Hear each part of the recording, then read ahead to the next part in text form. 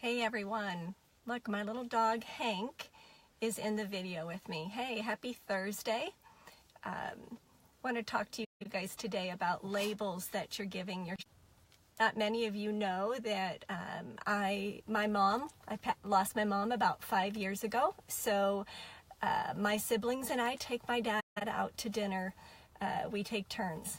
And where I take my dad is this little tavern in the small town where I grew up, and next to the tavern is a cemetery, an old cemetery. It's actually a beautiful cemetery next to a beautiful old church.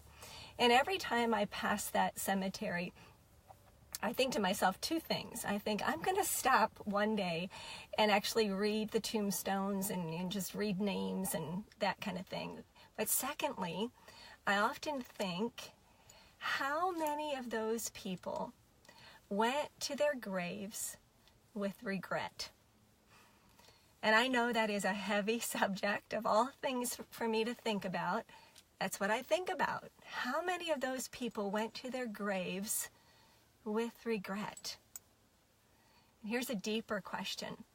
How many of those people settled and accepted the labels that were put on them, and they never broke free from those labels? They went to the grave with them. How many of those people never realized their full potential because of those labels? I know, deep thoughts, but I think about them because it grieves me.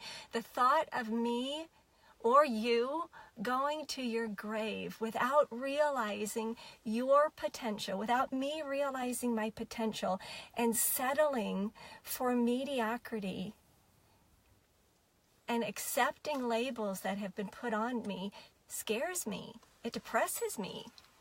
And I'm not talking about, when I say living up to potential, I'm not talking about, traveling. How many of those people never went to the grave and they never traveled, or they never got to pursue their dreams, or they never got fame or fortune? That's not what I'm talking. It's not even anything about money.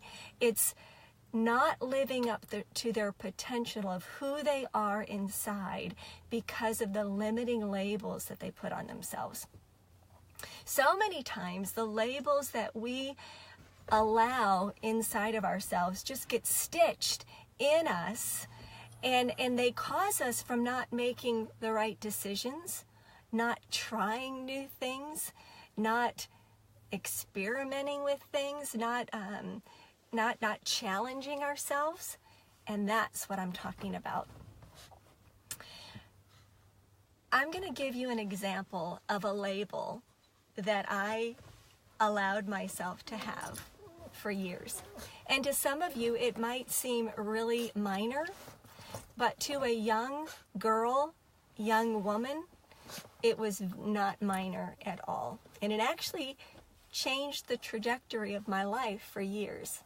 And here's the label that I took on. No drum roll, because you might not think it's big. To me, it deserves a drum roll.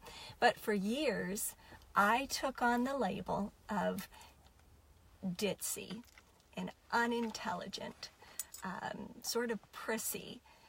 That's what people labeled me, and that's what I took on about myself. And here's the deal. I started to live out that way because I accepted the label that they gave me. I love to write, and I love to read, and I have lots to say. Otherwise, I wouldn't be on this video. But I kept it under cover for years because I thought of myself as ditzy, as unintelligent, as what do I have to offer a conversation? And it completely stole many years of my life. Now, here's the deal. People that labeled me that way, that's what they got because that's what I projected. But what they didn't know is that deep down inside, I was so shy and so not confident that I projected that. So honestly, I don't have any hard feelings about that. I've looked at it under a microscope and I can see how wrong that was. And that's what you have to do. You have to recognize the truth from the lies. Maybe when you were younger, and I was a teacher, and I hear this from people a lot, but maybe when you were younger, you were told that you weren't good at reading, so you were put in a remedial reading group or a remedial math group. And you took that label on and decided you weren't good in those subjects, so why pursue them? When the reality might be that you just had some bad experiences in your home. Maybe your home life was a wreck, and therefore you couldn't study. All of these labels that we receive most of the time, 99.9, I'd say even 100% of the time, aren't true. By the way, this is my dog, Patrick. So I'm challenging you. What labels do you have? Think back to some of the earliest memories. Pick them apart. Put them under a microscope and look for the true and the false out of it. I'd say that most of the things are going to be false.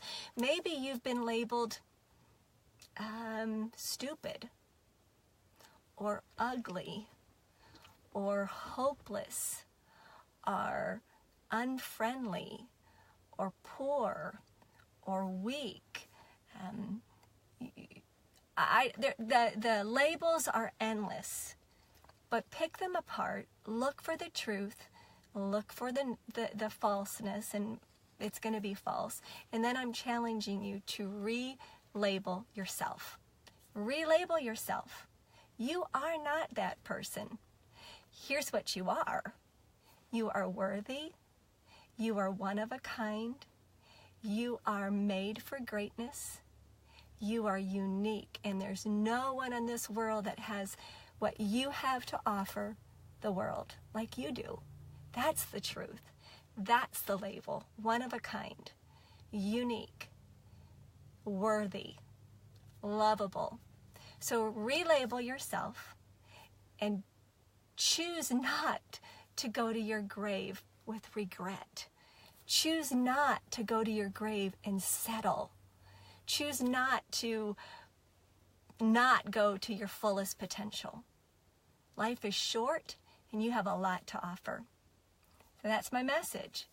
That's my message. Thanks for listening. As always, I appreciate the comments, the shares, the paying it forward to someone else that needs to hear this.